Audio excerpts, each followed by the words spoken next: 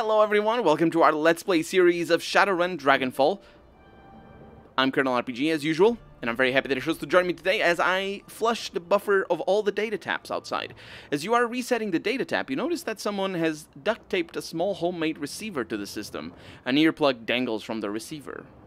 I'm gonna put the earplug in my ear, obviously. The sound of heavy machinery makes it difficult to hear the words that are being spoken. After a moment, you find you can make out two distinct voices, a nasal woman, who sounds like a heavy smoker, and a man who speaks in a high-pitched, breathy tone. Just heard Monica. We need to verify. Do it for us. Oh boy. A sound like a conveyor belt starting adds to the noise of the machinery, and you can't make out anything else until it comes to a stop a minute later. Think our next step? Wait, isn't ready to make a move yet. To be patient. See who steps up. Could be someone more conveyor belts starting up. All you can hear are the sound of machinery. Some sort of motorized vehicle starts up, drowning out everything else. A bell rings loudly again and again. It sounds like a telephone. You hear the sound of a door slamming shut, and the noise of machinery is suddenly muffled. There's a rattle of plastic and the ringing stops. The nasal woman's voice can be heard again in a sing-song tone. Guten Tag, how may I help you? Her tone changes. It becomes more businesslike. I heard. Yes, he knows. I told him it wasn't time to make a move yet. What do you think I am, an idiot? The council needs to meet again.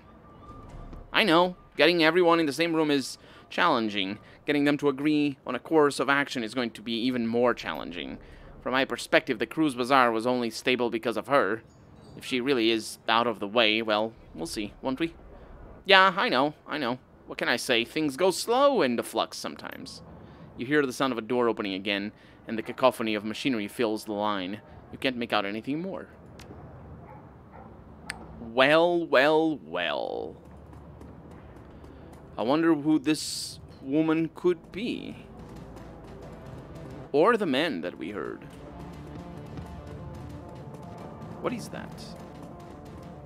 Just papers? I think those are just papers. But obviously they have plans for the Cruise Bazaar that might have not been feasible before. You know, before Monica died. Speaking of which... Do you see that symbol over there? The lion with an AK. I think we saw that elsewhere. The kid doesn't talk to me, though. I'm pretty sure I saw that sign elsewhere. I think it was in the castle. Not sure. Anyway. Altug? Altug. Altug smiles at you from behind the counter. Welcome back, honored Effendim. How may I serve you? I finished your little trifle, Herr Burak Gazi. Ah, very good. I assume you had no difficulties?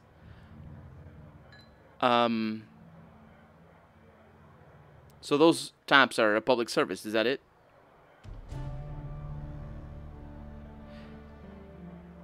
Actually, I don't really care about confronting him about what we just did. I'm gonna say this and see if he can shed some light, because we're kind of flying blind right now. There's really no reason to suspect that he's working against me, considering what he just put us up to. It wouldn't make sense for him to be working against me and then put me in a position where I could listen to this. Unless, of course, he's working against me, but not with the people that apparently didn't like Monica. Difficulties? No. One of the taps has been modified a bit, though. Someone was using it as a surveillance device. Huh, of course they were. I would be surprised they weren't. This is Berlin, after all. In the flux, everyone spies. If you do not spy, how will you know who is in power and who will be in power next? If you are to stay here, Effendim, you must get used to it. Who enters the Turkish bath will sweat, as my uncle Taydemer always says. Nevertheless, I shall have one of my people look into it. Wait, there's more. I listened in on the tap and heard something. It might be important. His eyes. He eyes you closely, amused. Oh, tell me, oh listener of keyholes, what did you hear on this surveillance tap you found?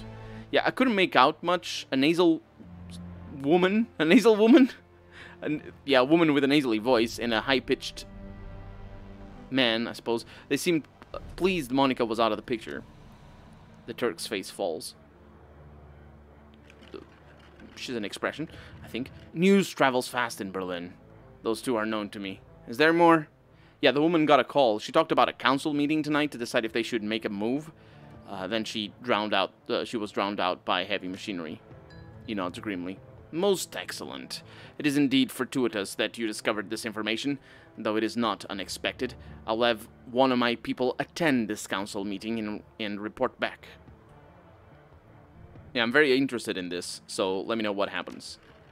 With that out of the way, let us return to our pressing business. He barks. A stream of rapid-fire Turkish, and the gum-chewing young woman comes hurrying out of the counter. The menu for Herr Hamsel, uncle.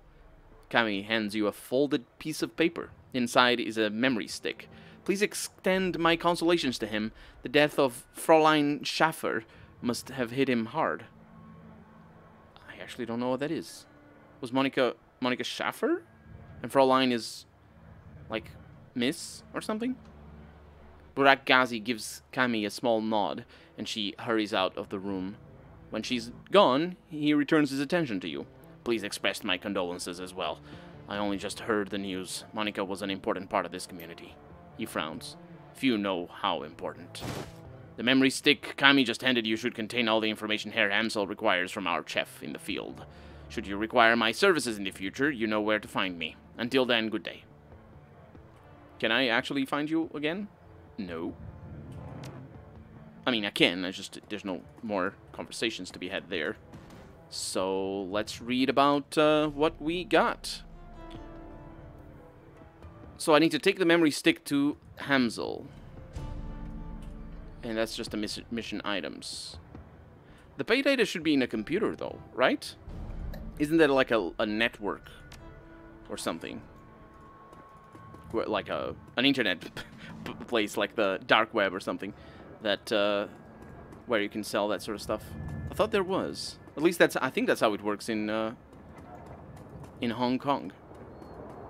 But I'm not 100% sure. Oh, you see that? Yeah, it's over there again. So that's where I saw it. It's probably just a symbol of the Cruise Bazaar or Cruiseberg or whatever. Can I go? Yes, I can. And Nur für Mittentater or something. It's the same as before, obviously. Everybody's here. Just gotta save just in case.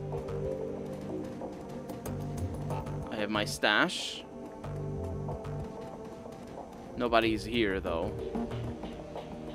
It's not... okay. There, it's all 4 of them.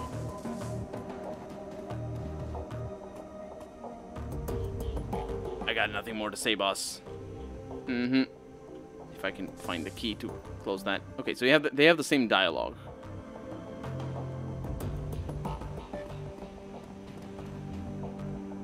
Edie. Hamsel peers at you apprehensively. His eyes are bloodshot, his expression grim. Did you get the information about Green Winters? Yes, I spoke to Altug. He gave me this memory stick. Let us see what this agent has to say. Hamsel snatches the memory stick from your hand and slots it into his computer terminal. He navigates a series of command line menus, and a wall of amber text floods the screen. Hamsel scans it, mouthing the words as his eyes flit back and forth. Burak Ghazi's agent tailed Green Winters to a hotel in a cesspool of a Kies called Dragonfall. The hotel is called Das Kesselhaus. It is a renovated factory nestled deep in the heart of Dragonfall. It appears that Winters is holed up there. Recently, there was some contention between 2 gangs over control of this neighborhood. Due to the gang violence, the agent refused to follow Winters inside the hotel, but he confirms that he is still inside. Well, what are we waiting for? Iger slings her rifle over her shoulder with a single spare motion. Gear up, people. We have a hotel to raid. Gloria and Dietrich pause, exchange looks with Paul. Just a moment, Iger. Hamsel rises from his chair, drawing himself to full height. Even so, he has to crane his neck to look at her in the eyes. You are an excellent soldier, and nobody questions your competence in the field. Your loyalty to this team is equally commendable. That said, we believe that Edie is the right choice to lead the team. There is a long pause before Iger speaks. When she does, her voice comes out dull and flat. What? Don't mistake this decision for a reprimand. Monica considered your contributions to the team to be invaluable.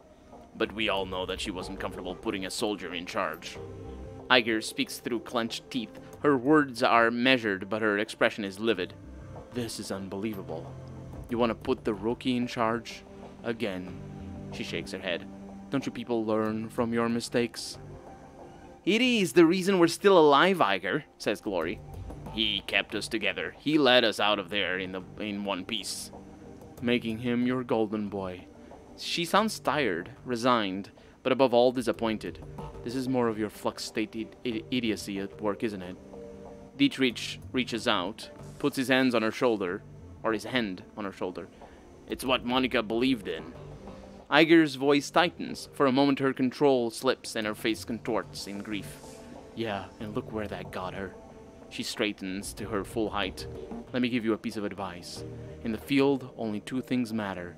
The mission and survival. Everything else is a distraction. Your ridiculous politics have no place on a Shadowrun. Dietrich manages a smile. What can I say? We're German. We have a history of strong political views. Iger sighs. The tone of resignation returns to her voice. Screw it. Let's put an end to this. I've got the skill and experience to lead this team. Edie, on the other hand, was appointed by Monica as a joke. If you'd rather he take the lead, I'll abide by that. But I want to hear what each of you say it.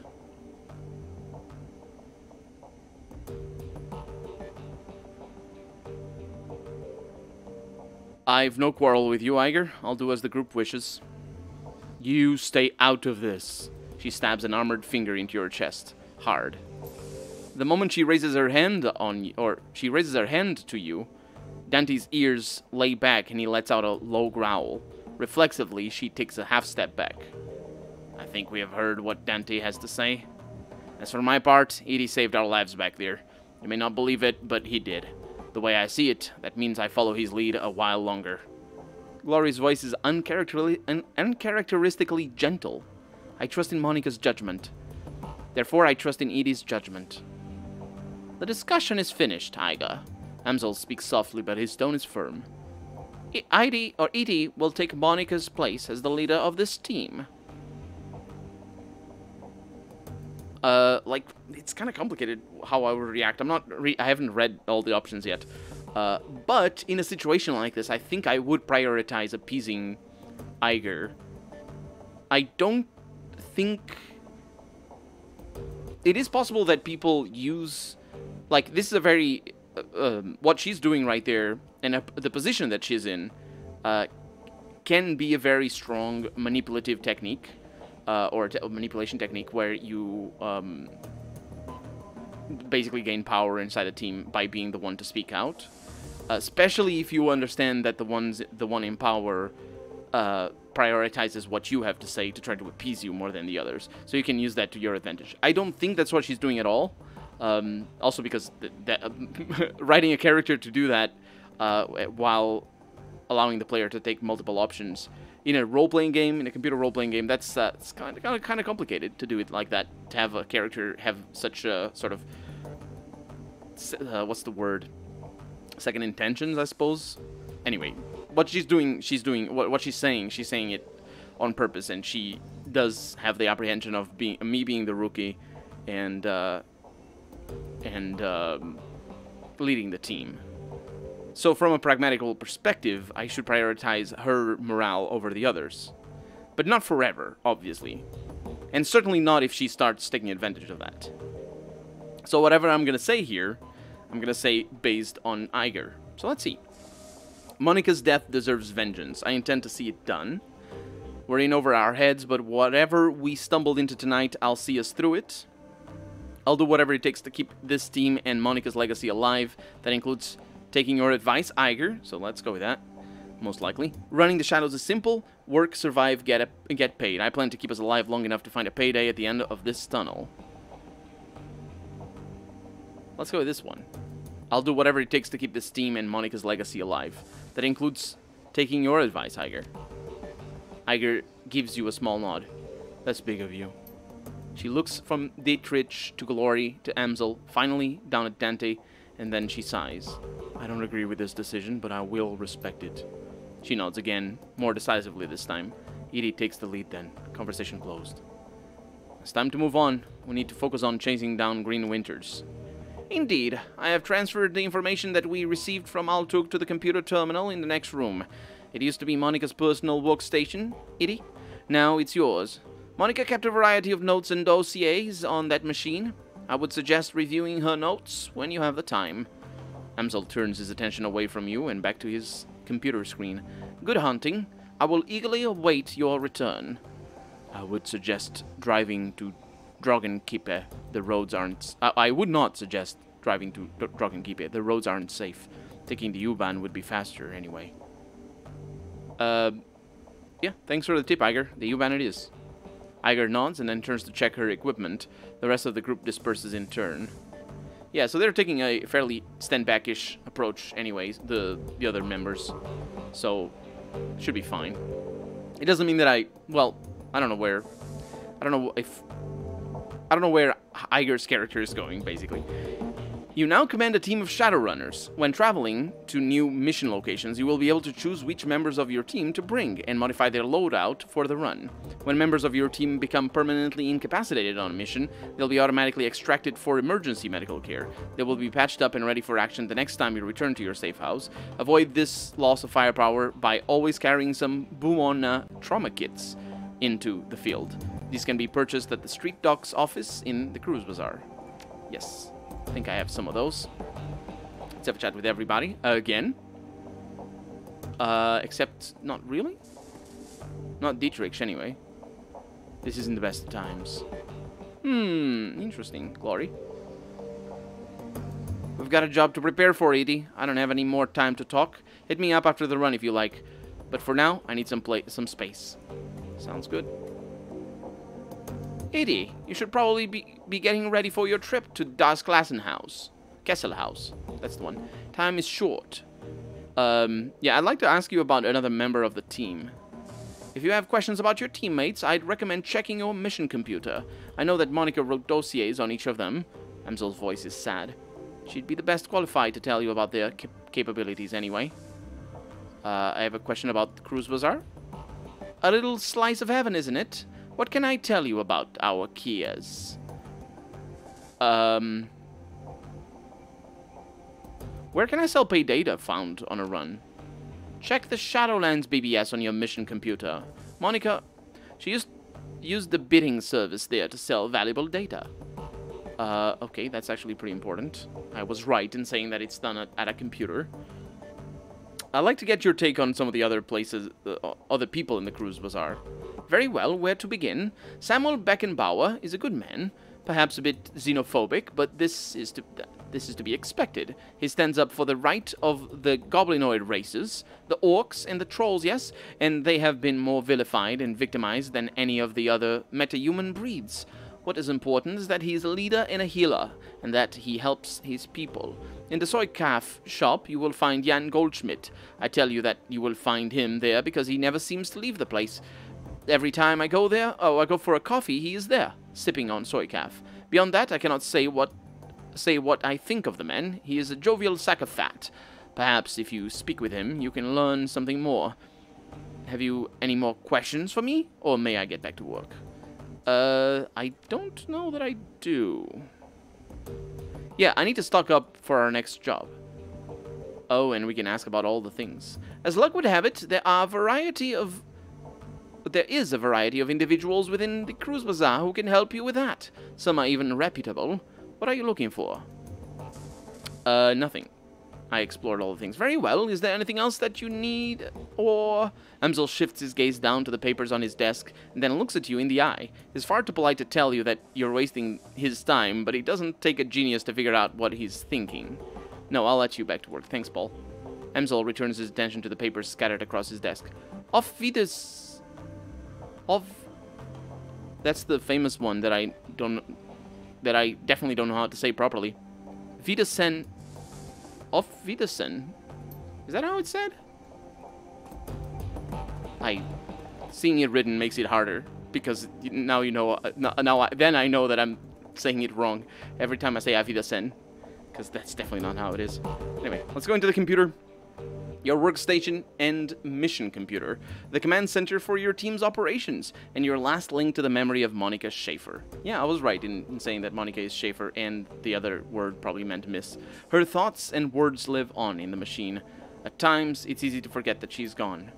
The cool blue tones of the workstation's main menu fill the screen. A blinking message in the upper right corner notifies you that you have 0 unread messages.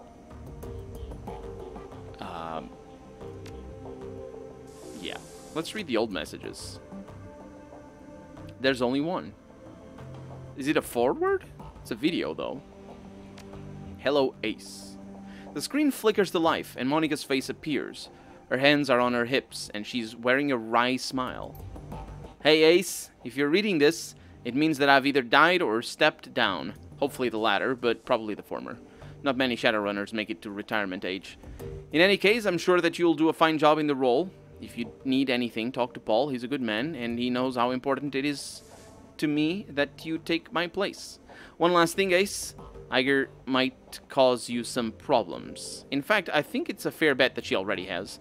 Just remember, she brings something to this team that nobody else does. You'll want her on your side. My advice to you is this. Hold your own with her. If she pushes you, push back. Don't try to butter her up with flattery. She'll see right through it. That's pretty important, actually. Most of all, do what you can to earn her respect. She'll never be satisfied following you if you don't give her a better reason than because Monica said so. I have faith in you, Ace. It's up to you to justify that faith. She half turns away from the camera and then returns her attention to you. The image is uncannily lifelike. Oh, and by the way, Ace, if you watch this, I'm coming back and haunting your ass. I mean it. The message ends and the image fades. You find yourself back at your inbox. I don't think that Ace is somebody's name. I think that's just the way she treats people. Or at least the way she treats whoever was the destination of that message, which I believe is me. But not me personally, me just as the new boss of the team, potentially. So let's go to the Shadowlands BBS. Shadowland connection established successfully. Welcome to Shadowland. Post-pay data for sale. The Antiquities delivery schedule. And that's done. Remain active for 2 days. And I can search for relevant keywords. Killer in Seattle. Anyone else reading about this? City's got a loan. It's got a Lone Star contract, and they can't catch the guy. This Emerald City Ripper has been on a spree, and so far no one has a clue. Pathetic. If something like that happened on my block, some vigilantes would have tracked him down and stopped him. Shows how good state payroll cops are. And it's from Maelstrom on a public board. Who says it's a he? They don't have any leads. I'll be in Seattle next week. Forward any info and you have about this Ripper, and I'll see about taking him out or for a date with my Walther MA 2100. I'm sure Lone Star will have a fat reward waiting for whoever blasts this goon. And there's also Blutz. Who is Blutz? I think that's the name. I'm still recovering the logs. This hot dogger just thrashed my LAN trid hosting server. Sounds like some kid pissed over his cartoons getting cancelled. Left a bunch of garbage files all over my disks, and I'll be cleaning them up all day. They should make you pass a dumbass test before you are allowed to deck in this town. Set up your security. Write some white IC program if you can. At least make the kid's hair stand on end for a few hours next time he tries it. Just make sure that your IC is quick. Heavy-hitting IC is no good if you can't catch up with an intruder. A fact that I take advantage of on a regular basis. Always running, eh? CW. That was the previous person, I suppose. The Smiling Bandit. Oh, no, I skipped that bit. I double-clicked here for some reason. If your tour finished... there, it's just banter, most likely. If your tour finished, I did have IC on the thing. Tracked the hole down. Grocery store across the street was piggybacking on my LAN, and they left an unsecured jack point in a bathroom stall.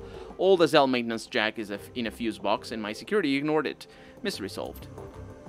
Shadowland is in your personal tech support board, Lumens. Glad to see you fixed your own problem. Only way you're going to learn. Yeah, and we can't go back and read that again, so I will need to go back and look at the